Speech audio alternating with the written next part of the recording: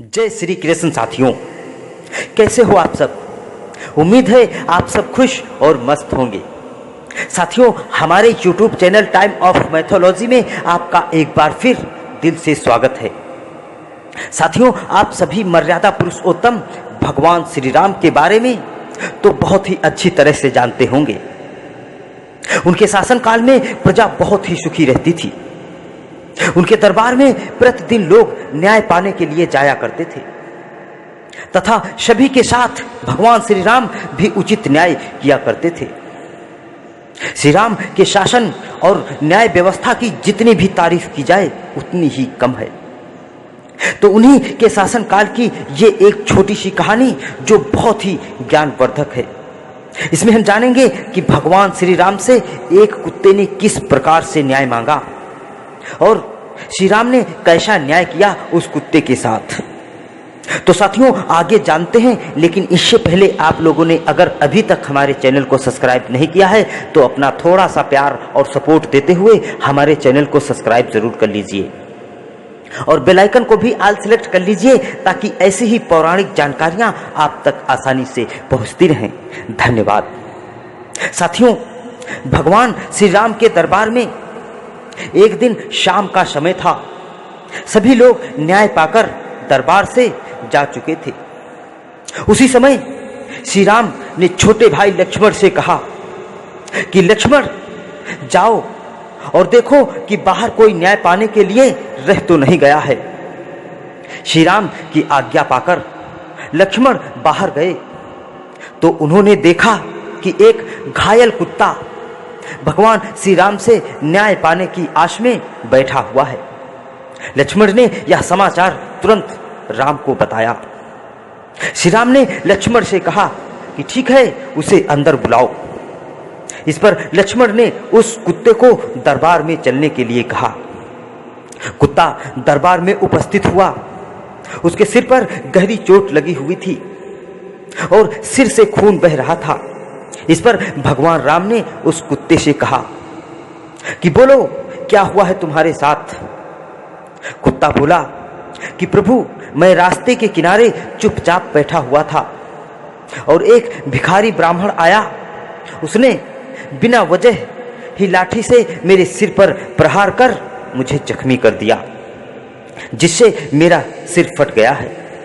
कुत्ते की बात सुनकर भगवान राम ने उस भिखारी ब्राह्मण को दरबार में तुरंत बुलवाया और उससे पूछा कि तुमने इस कुत्ते को क्यों मारा है।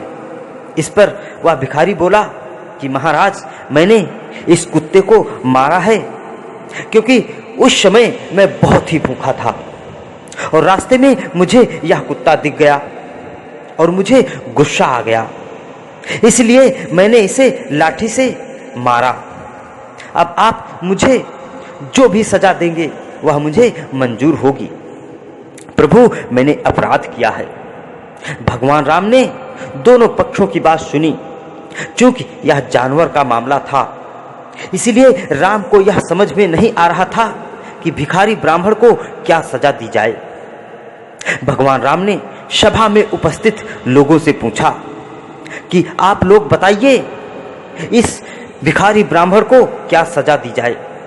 सभा में उपस्थित लोगों ने भी नहीं बताया कि इस भिखारी को कौन सी सजा दी जाए। अंत में भगवान राम ने उस कुत्ते से ही पूछ लिया, अच्छा तुम बताओ, इस बूढ़े भिखारी को क्या सजा मिलनी चाहिए।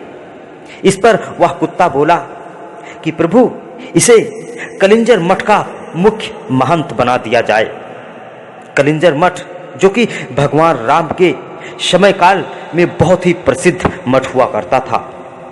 कुत्ते के कहे अनुसार श्री राम ने उस भिखारी ब्राह्मण को कलिंजर मठ का मुख्य महंत बना दिया। इस पर दरबार में उपस्थित लोगों ने भगवान राम से पूछा कि इस भिखारी को सजा मिलनी चाहिए, लेकिन आपने इसे सजा देने के बजाय कलिंजर मठ का महंत बना दिया, यह भी कोई सजा हुई। इस पर भगवान राम ने कहा कि इसका जवाब भी यही कुत्ता ही देगा। इस पर वह कुत्ता बोला, प्रभु, मैं भी पिछले जन्म में कलिंजर मठ का मुख्य महंत था। कुछ दिनों तक मैंने धन का उपयोग लोगों की भलाई के लिए किया तथा बुरे समय में दीन दुखियों की मदद भी किया करता था। लेकिन कुछ समय पश्चात मेरे अंदर लालच, क्रोध तथा अहंकार आ गया, जिससे मैं दान पुण्य करना छोड़ दिया और दूसरों की मदद भी करना बंद कर दिया, जिसकी वजह से मुझे इस जन्म में कुत्ता बनना पड़ा है। यही बात है प्रभु, इस ब्राह्मण भिखारी के भी अंदर अहंकार, क्रोध और लालच भरा हुआ है। इसीलिए यह भी धन दौलत का दुरुपयोग ही करेगा, दान पुण्य भी नहीं करेगा। इस तरह से यह भी मरने के पश्चात कुत्ते का जन्म पाएगा और मेरी तरह किसी के हाथों लाठी से मारा जाएगा। इस तरह इसकी सजा भी हो जाएगी और मुझे न्याय भी मिल जाएगा। भगवान राम कुत्ते की बातें सुनकर मन में ही मुस्कुराए जा रहे थे। तो साथियों, ये थी भगवान राम और कुत्ते के न्याय की कहानी। उम्मीद है आपको जरूर पसंद आई होगी। तो कमेंट में जय श्री राम लिखना ना भूलें और वीडियो को लाइक, चैनल को सब्सक्राइब करना बिल्कुल भी ना भूलें। मिलते हैं अगले वीडियो में फिर एक पौराणिक जानकारी के साथ। तब तक के लिए जय श्री कृष्ण।